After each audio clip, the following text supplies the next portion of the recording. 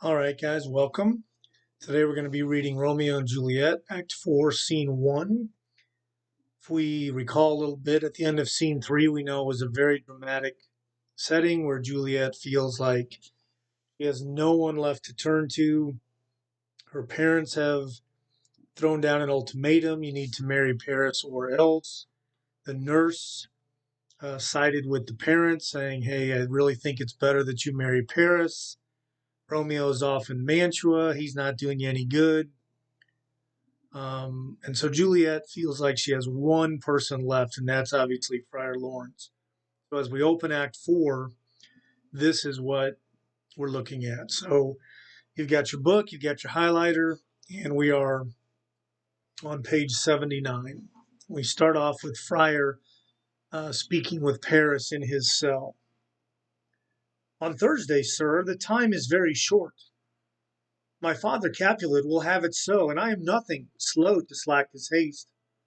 You say you do not know the lady's mind. Uneven is the course, I like it not.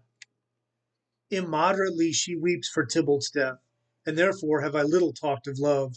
For Venus smiles not in a house of tears. Now, sir, her father counts it dangerous that she do give her sorrow so much sway, and in his wisdom hastes our marriage, to stop the inundation of her tears, which too much minded by herself alone may be put from her by society. Now do you know the reason of this haste? I would I knew not why it should be slowed. Look, sir, here comes the lady toward my cell. Happily met, my lady and my wife. That may be, sir, when I may be a wife. That may be, must be, love, on Thursday next. What must be, shall be. There's a certain text. Come you to make confession to this father? To answer that, I should confess to you. Do not deny to him that you love me. I will confess to you that I love him. So will ye, I am sure, that you love me. If I do so, it will be of more price, being smoke behind your back, than to your face. Poor soul, thy face is much abused with tears. The tears have got small victory by that, for it was bad enough before their spite. Thou wrong'st it more than tears with that report. That is no slander, sir, which is the truth, and what I spake it to my face. Thy face is mine, and you have slandered it. It may be so, for it is not mine own. Are you at leisure, holy father, now, or shall I come to you at evening mass? My leisure serves me, pensive daughter, now. My lord, we must entreat the time alone. God shield I should disturb the devotion. Juliet, on Thursday early will I rouse you. Till then, adieu, and keep this holy kiss.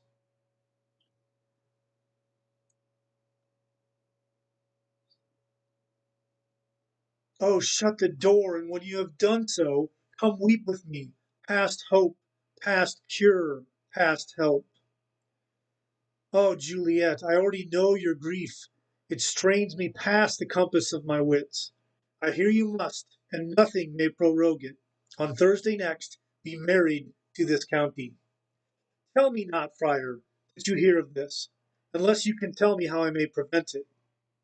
If in your wisdom you cannot give any help, do thou but call my resolution wise, and with this knife I'll help it presently.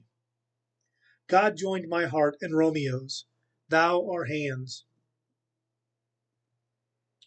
and ere this hand by thee to Romeo sealed shall be the label to another deed, or my true heart with treacherous revolt turn to another, this shall slay them both.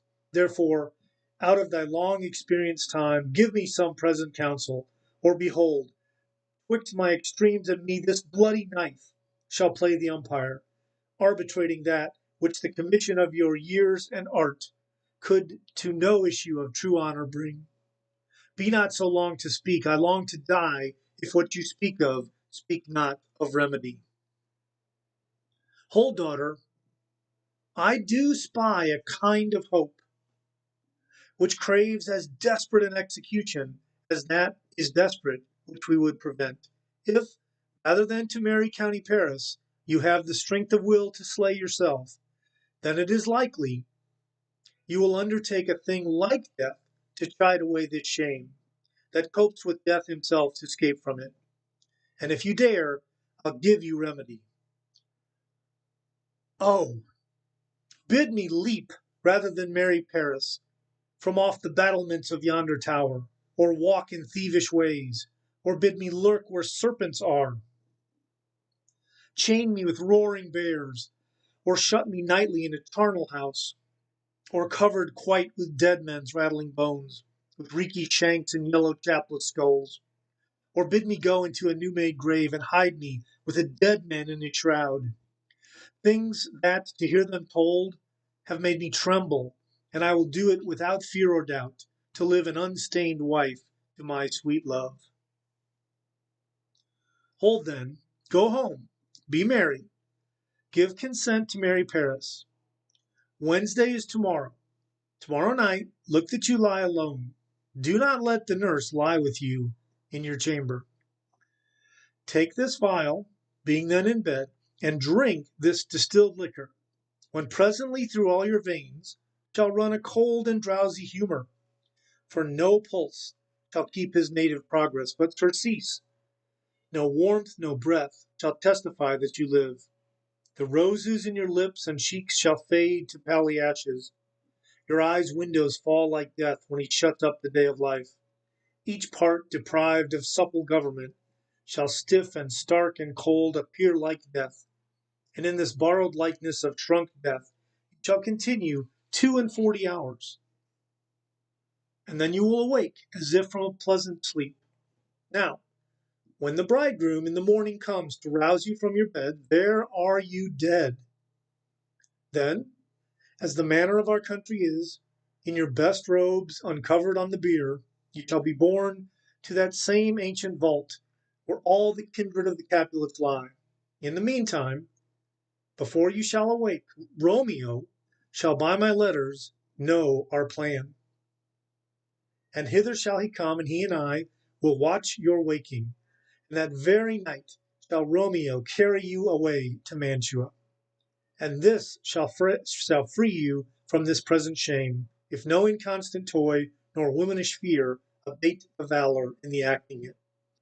Give me, give me, tell me not of fear. Hold, get you gone, be strong and prosperous in this resolve. I'll send a friar with speed to Mantua, with my letters to your husband. Love, give me strength, and strength shall help afford. Farewell, dear father. Now, as we think about this, let's go back to the scene where we first met Friar Lawrence. And he was in the garden. It was early morning, and he was cutting plants. And so this was our first clue that Friar Lawrence was knowledgeable about plants and herbs and which plants could be medicine and which plants could be poison. So it's not such a shocking idea that he would have an idea of which plants could serve as a sleeping potion. So he gives Juliet this sleeping potion. He tells her to take it. It's going to have her go into such a deep sleep.